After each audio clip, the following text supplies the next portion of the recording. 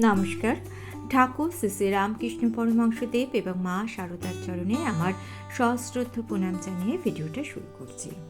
আমরা সকলেই পুজো করি বা ঈশ্বরের আরাধনা করি, যেটা করা কিন্তু শারীরিক এবং মানসিকভাবে সবার পক্ষেই ভালো, সে যে ধর্মের মানুষই হোক না কেন। কারণ পুজো করা বা আরাধনা করার সময় আমাদের মন কিছুক্ষণের জন্য কিন্তু শান্ত হয়ে যাচ্ছে, যেটা আমাদের মানসিক প্রশান্তি এনে দেয়। আপনার মন যতই অশান্ত থাকুক, যখন আপনি একাগ্র চিত্রে ভগবানের আরাধনা করছেন, তখন আপনার মনের মধ্যে অটোমেটিক্যালি একটা একাগ্রতা কাজ করছে। এছাড়া প্রত্যেকটা মানুষের মনে নানান রকম সমস্যা থাকে, সেই সমস্যাগুলো থেকে মুক্তি পাওয়ার একমাত্র উপায় কিন্তু ঈশ্বরের আরাধনা। কিন্তু প্রশ্ন হচ্ছে, আমরা সকলেই ভাবি যে আমাদের পুজো কি ঠিকঠাক হচ্ছে, কিংবা আমরা যখন কোনো বিপদে পড়ি তখন আমরা স্বাভাবিকভাবেই ভাবি আমরা তো পুজো আরাধনা সবই করি, কিন্তু তা সত্ত্বেও কেন আমাদের জীবনে এত সমস্যা হচ্ছে? তাহলে হয়তো আমার পুজো ঠিকঠাক হচ্ছে না, আমি হয়তো পুজোর সময় অন্যমনস্ক হয়ে পড়ছি। আসলে পুজোর সময় দেখুন, আমরা সাধারণ মানুষ তো, পুজোর সময় অন্যমনস্ক আমরা সকলেই হই, কিন্তু সেই মনটাকে আমাদের স্থির করার চেষ্টা করতে হবে। তো কিভাবে পুজো করলে আমরা আমাদের মনে প্রশান্তি লাভ করব, সেটা নিয়ে আজকের আলোচনা। আমরা সকলেই যে ধর্মের মানুষ হোক না কেন নানান রকমভাবে ঈশ্বরের আরাধনা করি। কখনো আমরা মন্দিরে গিয়ে আরাধনা করি, কখনো বাড়িতে আরাধনা করি, আবার কখনো কোনো রকম আড়ম্বর ছাড়া আন্তরিকতার সঙ্গে ঈশ্বরের আরাধনা করি, যে পুজোর কোনো বহিঃপ্রকাশ নেই, আছে শুধু অন্তরের ভক্তি, ঈশ্বরের সাথে একাত্ম হওয়ার চেষ্টা। যে যেভাবেই আমরা পুজো করি না কেন, ঈশ্বরের আরাধনা যখন আমরা করছি তখন একটা পজিটিভ এনার্জির দ্বারা আমরা কিন্তু চার্জ হচ্ছি। কাজ আমাদের সবাইকে করতে হবে, কিন্তু কাজের জন্য শক্তি আমরা কোথা থেকে পাব? সেই শক্তি যোগাবেন ঈশ্বর। এক এক মানুষ তাকে এক এক নামে ডাকেন, এটাই হচ্ছে পার্থক্য, আর কিন্তু কোনো পার্থক্য নেই। আপনার অন্তরেই বিরাজ করছেন ঈশ্বর, তাকে আপনি ঈশ্বর বলুন, ভগবান বলুন, বা যে নামেই ডাকুন, আপনার অন্তরেই তিনি আছেন। তার শক্তিকে আপনাকেই জাগ্রত করতে হবে। যেভাবেই আমরা পুজো করি না কেন, কখনো আমাদের মনের ইচ্ছা পূর্ণ হয়, আবার কখনো হয় না। আবার অনেক সময় পুজো করার ইচ্ছা থাকলেও আর্থিক চিন্তা মাথায় ভিড় করে। পুজোর উপাচার সংগ্রহ করা, আয়োজন করা, পুরোহিত নির্বাচন করা ইত্যাদি নানান সমস্যা আমাদের মাথায় ভিড় করে।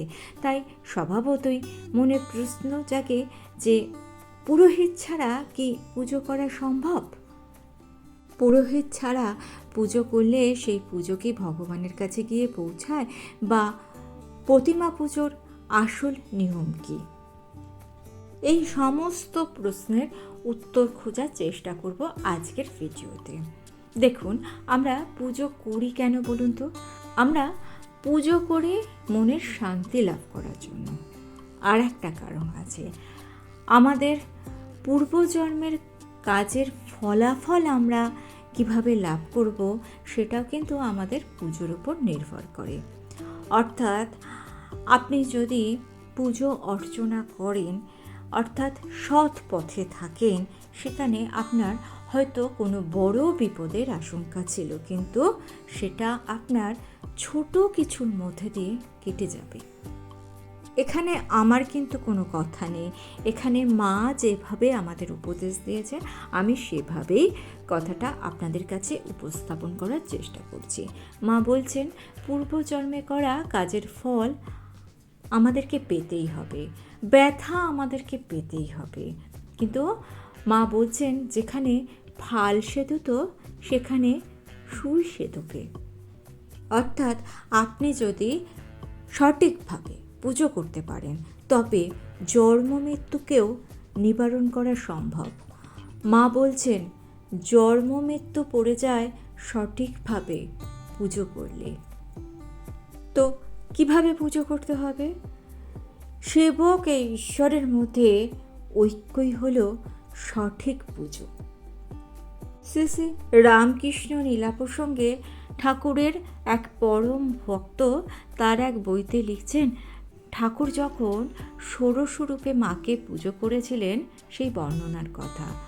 তিনি বলছেন, সমাধিস্থা দেবীর সঙ্গে আত্মস্বরূপে পূর্ণভাবে মিলিত একীভূত হলেন। মা তো ছিলেন দেবী, সেই দেবীর সঙ্গে ঠাকুর এক আত্মায় মিলিত হয়েছিলেন। এবার প্রশ্ন হচ্ছে, আমরা তো সাধারণ মানুষ, কিভাবে পুজো করব আমরা? শ্রীমদ্ ভাগবত গীতায় শ্রী ভগবান বলছেন, ভক্তিপূর্বক যে আমাকে পত্র, পুষ্প, ফল ও জল অর্পণ করে, আমি সেই ভক্তি উপহার ও প্রীতির সাথে গ্রহণ করি। ঠিক একই সুর পাওয়া যায় বৈষ্ণব সাধকের কথার মধ্যে দিয়ে। মন তুলসী ভক্তি চন্দন, যে জন তারে দিতে পারে, শিলার পৃষ্ঠে কাঠের চন্দন ঘষতে হয় না বারে বারে। সাজি ভরা ফুলে পুজো হয় না কোনো কালে। ফুলের পুজো সবাই করে, মধু লুটে নেয় মধু করে, অর্থাৎ পুজো সার্থক হয় ইষ্ট দেবতার চরণে মন তুলসী ভক্তি চন্দনের মধ্যে দিয়ে। এখন প্রশ্ন, প্রতিমা পুজোর কি সত্যিই কোনো প্রয়োজন আছে? ঠাকুর বলছেন, প্রতিমা পুজোর প্রয়োজন আছে। মূর্তি পুজো সম্বন্ধে ঠাকুর যা বলছেন, সহজ সরল ভাষায় আমরা যদি তা ব্যাখ্যা করি, সেটা হচ্ছে মূর্তি পুজোর অবশ্যই প্রয়োজন আছে। আপনি যখন আপনার কাছের মানুষদের সঙ্গে কথা বলছেন, তখন তাদেরকে আপনি দেখতে পাচ্ছেন। আর আমরা যখন মূর্তি পুজো করি, তখন ওই মূর্তির সঙ্গে আমাদের একটা সম্পর্ক তৈরি হয়। যেমন ধরুন, মা দশভুজা রূপ আমাদের মনে ভরসা তৈরি করে, কারণ তিনি 10 হাতে অসুর দমন করেছেন। তেমনিভাবে তিনি আমাদের সমস্ত বিপদ থেকে রক্ষা করবেন, এই ভরসা আমাদের তৈরি হয় তার মূর্তি দর্শনের মধ্যে দিয়ে। অন্যদিকে তার যে মাতৃরূপ, সেই মাতৃরূপ আমাদের মনের মধ্যে একটা শান্তি তৈরি করে। মা কথাটার মধ্যে যে শান্তি আছে আর যে ভাবনা আছে, আপনি যখন ভাবছেন মা এই শব্দটা, তখন আপনার মনের মধ্যে একটা ছবি ভেসে উঠছে, আর সেই ছবি আপনাকে ভরসা দিচ্ছে। মূর্তি পুজোর মধ্যে দিয়ে নানা দেবতার রূপ আমাদের মধ্যে যে স্থাপিত হচ্ছে, তার সঙ্গে আমাদের একটা আত্মিক সম্পর্ক তৈরি হচ্ছে। যেমন অনেকে গোপালকে সন্তান রূপে পুজো করেন, অনেকে গোপালকে বন্ধু রূপে পুজো করেন। তো এর ফলে কি হচ্ছে, একটা আত্মীয়তা তৈরি হচ্ছে। যেখানে আত্মীয়তা, সেখানে মনের বন্ধন তো তৈরি হবেই। আশা করছি ব্যাপারটা বোঝাতে পারলাম। এবার প্রতিমা পুজো করতে কী কী প্রয়োজন? প্রয়োজন পূজারীর ভক্তি, প্রতিমার রূপ ও গৃহস্বামীর ভক্তি। অর্থাৎ পুজো ঠিক হওয়ার জন্য এই 3টি জিনিসের কিন্তু সঠিকভাবে প্রয়োজন। অর্থাৎ প্রতিমার যে রূপটি ফুটিয়ে তোলার চেষ্টা করা হবে, সেটা যেন শাস্ত্রে থাকে। মানে অনেকে তো মন গড়া নানান রকম করছেন, সেটা করলে হবে না। থাকতে হবে গৃহস্বামীর ভক্তি।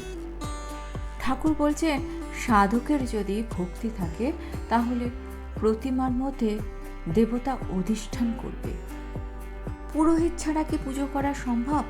এই প্রসঙ্গে বলা হচ্ছে যে পুরোহিত শুধুমাত্র পুরোহিত নয়, তিনি পুজোর সঙ্গে যুক্ত এক বিশেষ ব্যক্তি। আর তপস্যা হলো সেটাই যেটা ভক্তি ও বিশ্বাস দ্বারা অর্জন করা সম্ভব। অর্থাৎ আপনার মধ্যে যদি বিশ্বাস ও ভক্তি থাকে, তাহলে আপনি যেভাবেই পুজো করেন, সেই পুজো আপনার ভগবানের কাছে, আপনার ইষ্ট দেবতার কাছে অবশ্যই পৌঁছবে। তাই মা বলেছেন, যখন যেমন তখন তেমন। আপনি যেখানে যেভাবে আছেন সেইখানে বসেই আপনি আপনার ইষ্ট দেবতাকে স্মরণ করুন। আপনার ভক্তিরূপ পুজো তার কাছে পৌঁছবে। আর ভিডিওটা ভালো লেগে থাকলে চ্যানেলটিকে সাবস্ক্রাইব করে নিয়ে পাশে থাকা বেল আইকনটা প্রেস করে দিয়ে অল অপশনটা ক্লিক করে দেবেন। তাহলে যখনই নতুন কোনো ভিডিও আপলোড করব তার নোটিফিকেশন আপনাদের কাছে পৌঁছে যাবে। ঠাকুর ও মায়ের চরণে প্রণাম জানিয়ে আজকে এই পর্যন্তই। Thanks for watching.